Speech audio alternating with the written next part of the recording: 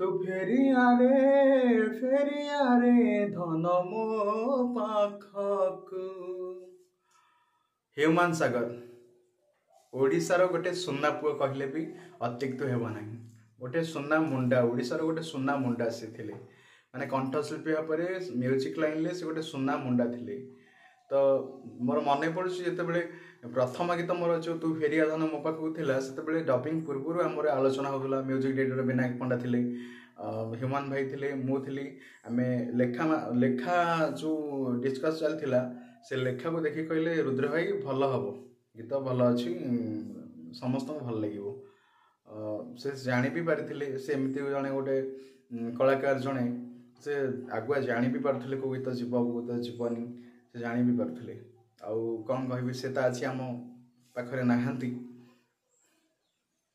ଭଲ ଲାଗୁନି କିଛି ଏଇଟା, ମାନେ ଯେତେବେଳେ ଶୁଣିଦେଲି ମୁଁ ରାତି 1ଟାରେ ମୁଁ ଶୋଇ ପଡ଼ିଥିଲି, ଦେହ ଖରାପ ଥିଲା ଯେହେତୁ।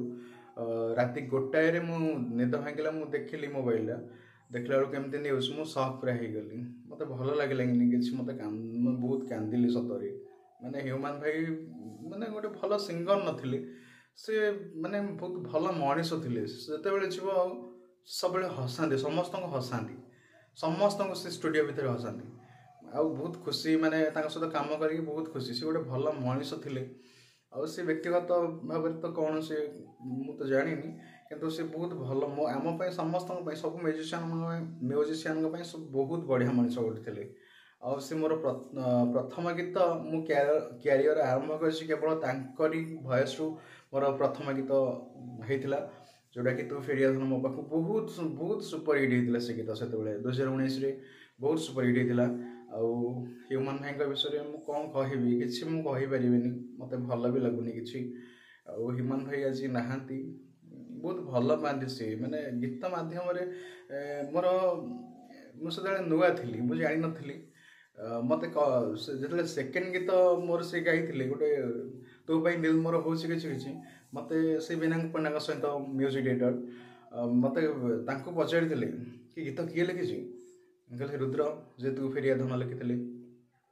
କହିଲେ ବହୁତ ବଢ଼ିଆ ଲେଖୁଛନ୍ତି ସେ, ମୋତେ ଭାରି ଭଲ ଲାଗିଥିଲା ତାଙ୍କରି କଥା ମୋତେ ଶୁଣିକି। ମୁଁ ଷ୍ଟୁଡ଼ିଓ ଡୋର୍ ପାଖରେ ଛିଡ଼ା ହେଇକି ଶୁଣୁଥିଲି, ଆଉ ଏତେ ଭଲ ଲାଗିଥିଲା ମୋତେ, ମାନେ ଏପର୍ଯ୍ୟନ୍ତ ମୁଁ ତାଙ୍କରି କଥା ମୋତେ ଏତେ ମାନେ ଇନ୍ସପାୟାର କରିଥିଲା। ମୁଁ ସେ ଲେଖାକୁ ମୁଁ ସବୁବେଳେ ଜଗେ, ଏପର୍ଯ୍ୟନ୍ତ ଜଗୁଛି। ହ୍ୟୁମାନ ଭାଇ ଆଜି ନାହାନ୍ତି। ମୋ ଗୀତ, ବହୁତ ଗୀତ ଗୁଡ଼ିଏ ପେଣ୍ଡିଂ ହେଇକି ରହିଛି, ମୋତେ ଭଲ ଲାଗୁନି କିଛି। ଆଉ ସେ ଗୀତ ଏବେ କିଏ ଗାଇବ, କ'ଣ କରିବ, ଭଲ ଲାଗୁନି କିଛି। ଆଉ ହ୍ୟୁମାନ ଭାଇ ନାହାନ୍ତି ଏବେ, ତାଙ୍କ ପାର୍ଥିବ ଶରୀର ଯାଇଛି ତାଙ୍କ ଗାଁକୁ ଟିଟିଲାଗଡ଼। କ'ଣ ହେବ ସେଇ ଭଗବାନଙ୍କ ଇଚ୍ଛା। ଆଉ ପ୍ରଭୁ ଜଗନ୍ନାଥଙ୍କ ପାଖରେ ଏତିକି ରିକ୍ୱେଷ୍ଟ କରିବି, ଅନୁରୋଧ କରିବି, ପ୍ରଭୁ ଜଗନ୍ନାଥ ତାଙ୍କ ଆତ୍ମାକୁ ସଦ୍ଗତି କରନ୍ତୁ, ଶାନ୍ତି ଦିଅନ୍ତୁ। ଆମ ସବୁ ମ୍ୟୁଜିସିଆନ୍ ଭାଇମାନଙ୍କ ତରଫରୁ ପ୍ରଭୁ ଜଗନ୍ନାଥଙ୍କ ପାଖରେ ପ୍ରାର୍ଥନା। ସେ ତ ଆମକୁ ଛାଡ଼ିକି ଗଲେ, କିନ୍ତୁ ତାଙ୍କ ଆତ୍ମା ସଦ୍ଗତି ହଉ। ଜୟ ଜଗନ୍ନାଥ। ଲଭ୍ ୟୁ ହ୍ୟୁମାନ ଭାଇ, ସବୁବେଳେ ତୁମେ ଆମ ହୃଦୟରେ ଥିବ।